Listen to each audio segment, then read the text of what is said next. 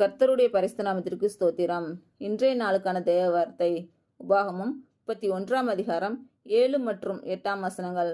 பலங்கொண்டு திடமனதாயிரு, கர்த்தர் இவர்களுக்கு கொடுப்பேன் என்று இவர்களுடைய பிதாக்களுக்கு ஆணையிட்ட தேசத்துக்கு நீ இந்த ஜனத்தை அழைத்து கொண்டு போய் அதை இவர்கள் சுதந்திரிக்கும்படி செய்வாய்.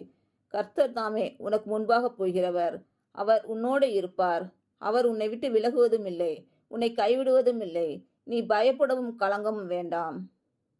இன்று பிறந்த நாள் மற்றும் திருமண நாள் காணும் அனைவருக்கும் இயேசு கிறிஸ்துவின் நாமத்தினாலே வாழ்த்துக்கள். கர்த்தர் உங்கள் பலவீனங்களை மாற்றி உங்களுக்கு பலத்தை கட்டளையிடுவாராக. கர்த்தர் உங்களையும் உங்கள் பிள்ளைகளையும் உங்கள் பிள்ளைகளின் பிள்ளைகளையும் ஆசீர்வதிப்பாராக. கர்த்தர் உங்களோடு இருந்து உங்கள் பணிகளையும் பயணங்களையும் ஆசீர்வதிப்பாராக. ஆமேன்.